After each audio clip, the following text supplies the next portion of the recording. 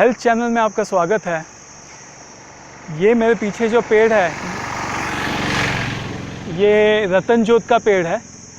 इसे इंग्लिश में जेट्रोफा भी कहते हैं।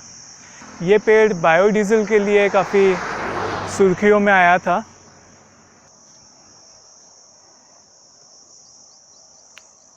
इसका अगर पत्ता तोड़े तो इस तरह का दूध निकलता है।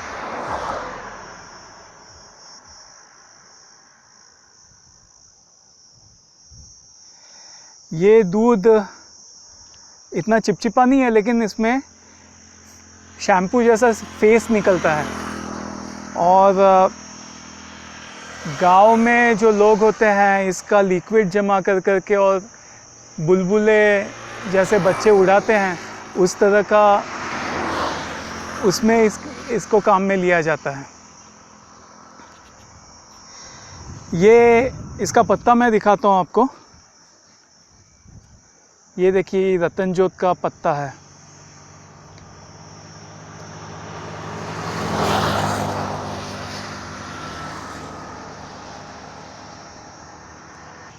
ये एरंड कुल का ही ये एक पेड़ है। एरंड कुल में प्रमुख तौर पे 3 पेड़ आते हैं। एक एरंड होता है, एक ये जेट्रोफा होता है और तीसरा जमालगोटा होता है। जेट्रोफा इसका इंग्लिश नाम है, इसको रतन जोत भी कहा जाता है।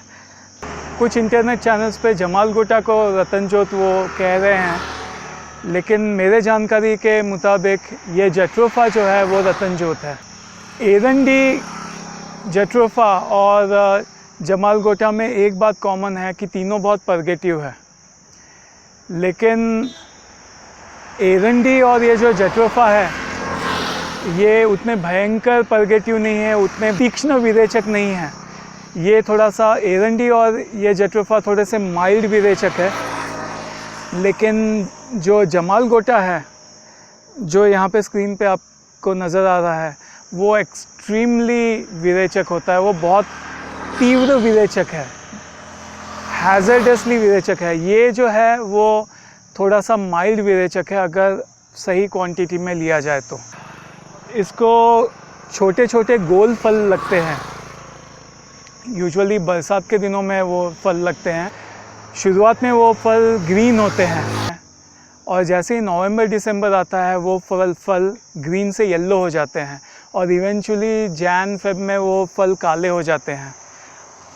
अभी हम लोग मई में हैं, अभी इनके फल का सीज़न नहीं है। फल सारे गिर चुके हैं, काले हो करके सूख करके ये गिर चुके हैं, इसलिए अभी मैं आपको फल नहीं दिखा पा रहा हूँ इस पे। लेकिन इसको गोल फल होते हैं, उसमें से बीज निकलते हैं। जैसे एरंड में बीज निकलते हैं वैसे ही एरंड जैसे इसके बीज होते हैं। तो अगर उसका आधा बीज खाया जाए तो वो विरेचन का काम करता है। लेकिन अगर एक से ज़्यादा अगर उसके बीज खाया जाए तो ज़्यादा आपको जुलाब हो जाएंगे और आपको वमन भी हो सकता है, आपको उल्टी भी हो सकती है।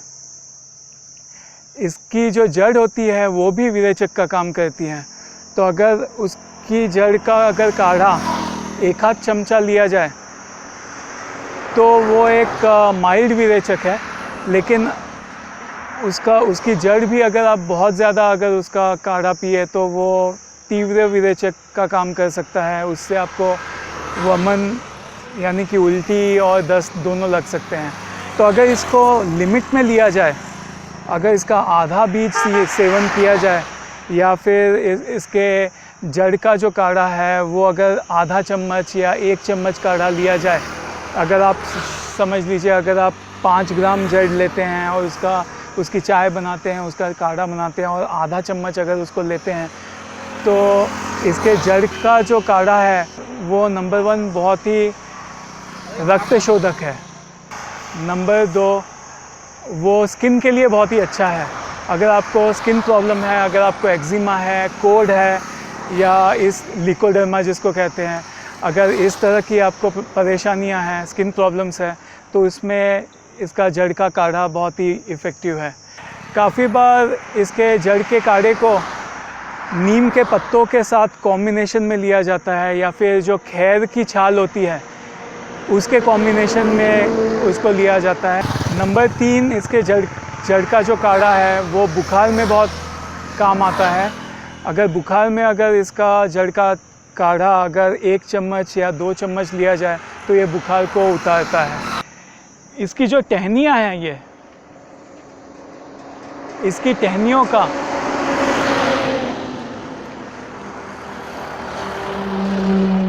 ये टहनियाँ दातुन में बहुत काम आती है। इसकी एक स्पेशलिटी है कि यूजुअली हम किसी दूसरे पेड़ का अगर दातुन करें तो उसमें से फेस नहीं निकलता है, और हम सब लोगों को ये बड़ा प्रॉब्लम होता है कि हम लोगों को झाग चाहिए होता है। तो ये एक एक्सेप्शन है, ये एकमात्र पेड़ है, ऐसे बहुत कम पेड़ों में से ये एक है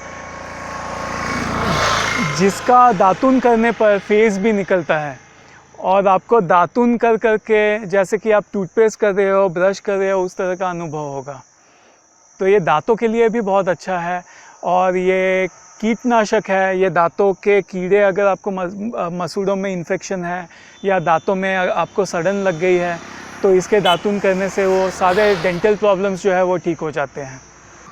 इसके बीजों का तेल भी निकाला जाता है, और इसके बीजों का जो तेल है वो अर्थराइटिस में और सूजन में बहुत बड़े काम का है। इसके पत्तों को अगर गर्म किया जाए, और अगर आपको जोड़ों में दर्द है, और अगर जोड़ों पे इसके पत्तों को गर्म करके अगर आप लगाएं और अगर बांध दें तो फिर जोड़ों के दर्द में बड़ा लाभ करता है। ये एरंड के कुल का ही है, और एरंड के पत्तियों का भी ये गुण होता है, सेम गुण इसमें भी पाया जाता है।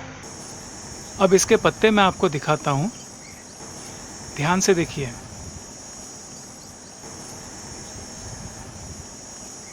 ये पत्ता मैं आपको पीछे से भी अब दिखाता हूँ।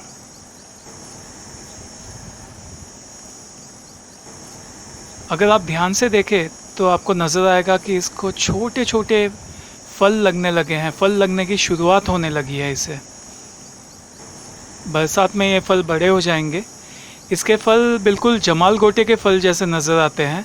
फ़र्क सिर्फ इतना है कि जमाल गोटे के कंपैरिजन में इसके फल बड़े होते हैं। तो अगर आपको ये वीडियो पसंद आया है तो इसे लाइक करें, शेयर करें, हमारे चैनल को सब्सक्राइब कीजिए। जो नीचे बेल आइकन है उसे दबाना मत भूलिएगा, उससे आपको हमारे नए वीडियोस का नोटिफिकेशन मिलेगा। और ऐसे ही किसी इंटरेस्टिंग विषय के साथ हम अगले एपिसोड में मिलेंगे। तब तक के लिए मुझे आज्ञा दीजिए। बाय।